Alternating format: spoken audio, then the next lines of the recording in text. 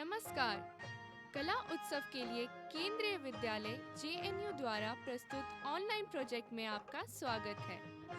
हमने दृश्य कला हेतु ऑनलाइन प्रोजेक्ट के लिए एक ऐसी कला को चुना है जिसका इतिहास हजारों साल पुराना है।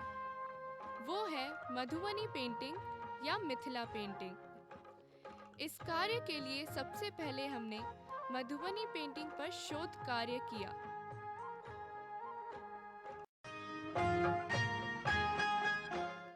मधुबनी पेंटिंग बिहार से आई है।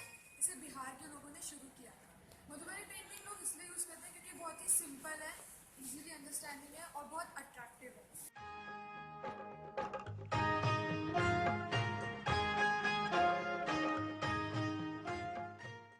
ऑनलाइन प्रोजेक्ट को चूज़ किया है तो हमें पहले इसके इतिहास के बारे में जानना चाहिए कि बेसिकली ये स्टार्ट हुआ तो हुआ कहाँ से। हाँ, मुझे इसके ऑरिजिन के बारे में थोड़ी सी जानकारी मिली है।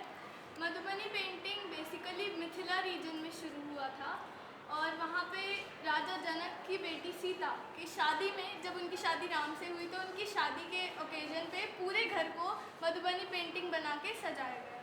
पर ये बेटी बचाओ आंदोलन से कैसे जुड़ा हुआ है?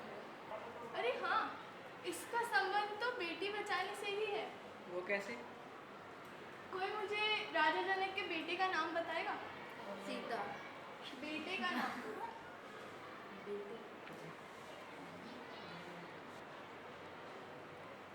नहीं पता? नहीं। उनकी बेटी का नाम तो हमें पता है, सीता। तो इसका मतलब राजा जनक को उनकी बेटी के वजह से ही जाना जाता है, सीता की वजह से। तो इसका संबंध हुआ नहीं बेटी बचाने से। और सीता राजा जनक की अपनी बेटी तो थी नहीं, तो उन्होंने उसे कहीं, वो उन्हें मिली थी और उन्होंने उसे बचाया, तो उन्होंने बेटी को नहीं बचाया। और मधुबनी पेंटिंग भी सीता की शादी से शुरू हुई।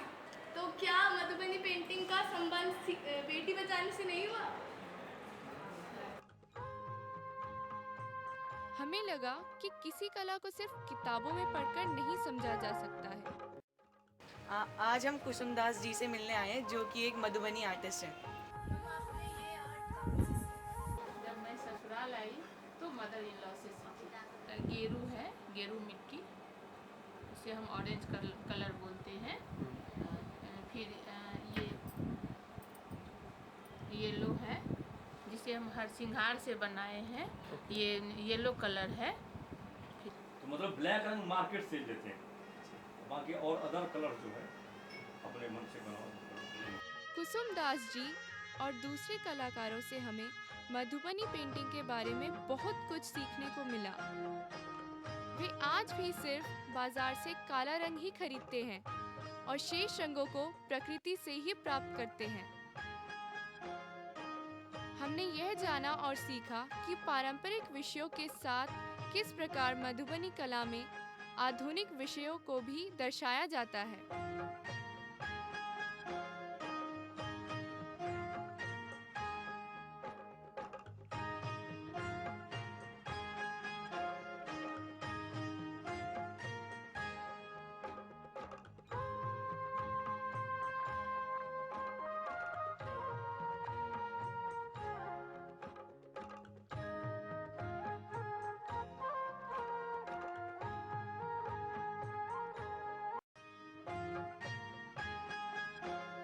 अब हम बेटी बचाओ बेटी पढ़ाओ विषय वस्तु पर मधुबनी शैली में चित्रकारी कार्य करते हुए साथियों के अनुभवों को बेहतर समझ सकते हैं।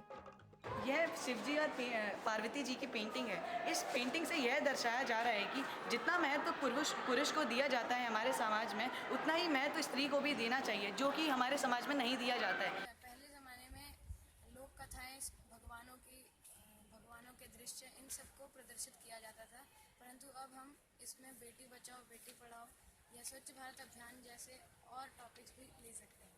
देखिए, इसमें एक माँ है, एक बेटी है। ये माँ अपनी बेटी को कैसे प्यार करती है, इसे खुशियाँ देती है, और बड़े होकर ये बेटी पढ़ती है, लिखती है, किताबों के साथ खेलती है। अगर एक लड़की बेटी को पढ़ाएंगे तो पूरा परिवार, पूरा समाज पढ़ता है। हमने तो ऑनलाइन प्रोजेक्ट कर लिया, हम इसके बारे में बहुत चीज़ें जान चुके हैं, तो हम तो इसकी गहराइयों तक पहुंच चुके हैं, लेकिन हम इस पेंटिंग को दूसरों तक कैसे पहुंचाएं, इसके लिए भी तो हमें बहुत सारे तरीके ढूंढने पड़ेंगे। तो आजकल वॉल पेंटिंग्स पे नई प्रिंटिंग्स की डिज़ाइंस आ रही है, उनमें हम मधुबनी पेंटिंग की अट्रैक्टिव फ़ोटोज़ डाल सकते हैं। और जैसे हम अभी कला उत्सव में पार्ट ले रहे हैं, तो हमने ये पेंटिंग्स बनाई, तो हम तो इससे जुड़ गए और हमारे कुछ फ्रेंड्स भी। लेकिन जब हमारी बनाई हुई पेंटिंग्स के वीडियोस और हमारे ये डिस्कशन के वीडियोस लोग देखेंगे यूट्यूब और अलग अलग मीडियम से, तो वो भी इसको बनाने के लिए एनकरेज होंगे, वो इस आर्ट की तरफ अट्रैक्ट होंगे।